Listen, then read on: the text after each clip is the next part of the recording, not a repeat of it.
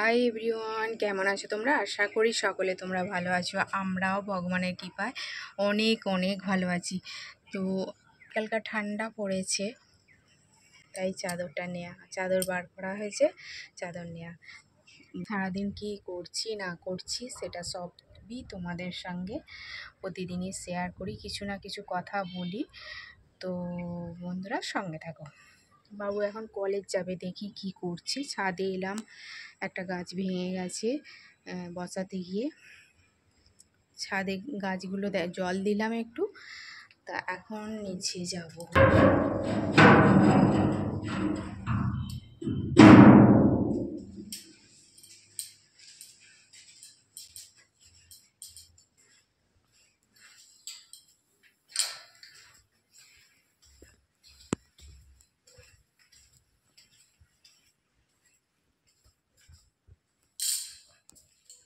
তো এখন বসে গেছি আনাজ কাটতে, আর আমি একা পেরে উঠবো না, সেই জন্যে ও একটু হাত লাগালো। কারণ 9টার মধ্যে কাজে যাবে, আমার তার মধ্যে রান্না হয়ে যাওয়া চাই। তো রান্না বসিয়ে দিলাম, ও আদা রসুন পেঁয়াজ এগুলো কেটে দিল, আমি কপি আলু কেটে নিলাম। আর ডালটা তো ভাতে দেওয়াই হয় রোজ প্রত্যেক দিন। আর ওদিকে কপি ভাপাতে দিয়ে আমি এদিকে মশলাটা বেটে নিতে এসেছি। আর রোজকারই এখন 15 দিন, রোজ প্রত্যেক দিনই এখন এই রকম সকাল সকাল ঘুম থেকে উঠতে হবে, আর আমাকে 9টার মধ্যে রান্না সেরে ফেলতে হবে। কেননা 9টার মধ্যে ও কাজে যাবে। আবার একদিকে ভালো, কারণ বাবু সকালবেলা কলেজ যায়, গেলে ও দুটো ভাত খেয়ে যেতে পারে এই সকালবেলা রান্না হয়ে গেলে। তো ফুলকপির তরকারি চিংড়ি মাছ দিয়ে করছি, আদা রসুন পেঁয়াজ দিয়ে চিংড়ি মাছ দিয়ে করেছিলাম। তো খুব ভালো হয়েছিল, আর কিচ্ছু চাই না, মানে ফুলকপি আলু আর চিংড়ি মাছের তরকারি এতটাই ভালো হয়েছিল, ডালের দরকার নেই আর অন্য কিচ্ছুর দরকার নেই, ওই দিয়েই ভাত খাওয়া হয়ে যাবে, এমনই তরকারিটা হয়েছিল।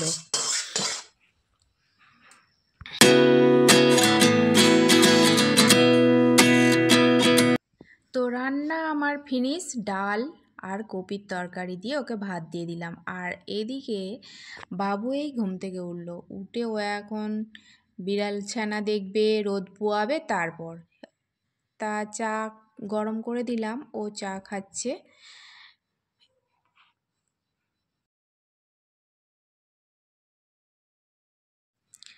কাজে বেরিয়ে গেল, আমি একটু গেট গোড়া পর্যন্ত এগিয়ে দিয়ে এলাম। মানে এটা এটা জানি না কেন যেতে হয়, তা গেলে বলে মঙ্গলের জন্যই যাওয়া, তাই একটু গেট গোড়া পর্যন্ত এগিয়ে দেওয়া, বরের একটু মানে খুশি করাও বলতে পারো।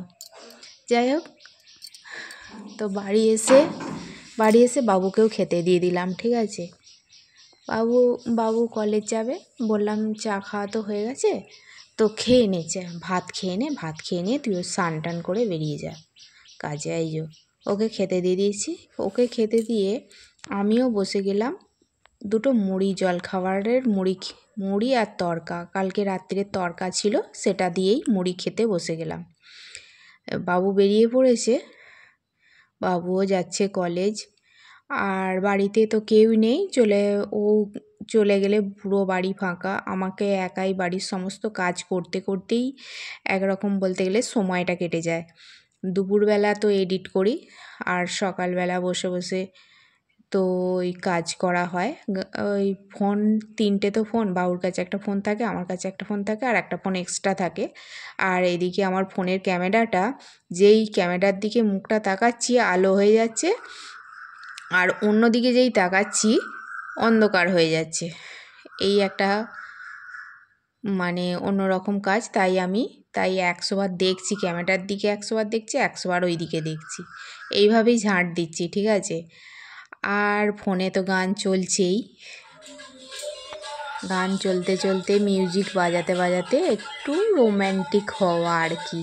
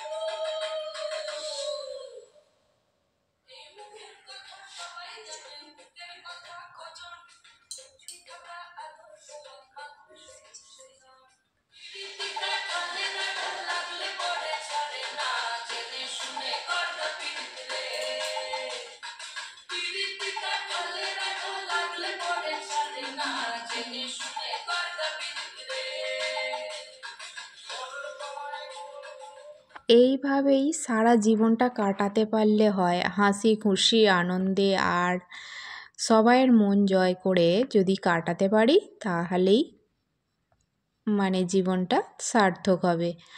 আর এদিকে চলে এসেছি জামা কাপড় গুছোতে। এখন শীতকাল, গরম ঠান্ডার মাঝে এত শুষ্ক শুষ্ক ভাব, জামা কাপড়গুলো তাড়াতাড়ি শুকিয়ে যাচ্ছে, তাই জামা কাপড় তুলে নিয়ে ভাঁজ করে ফেললাম।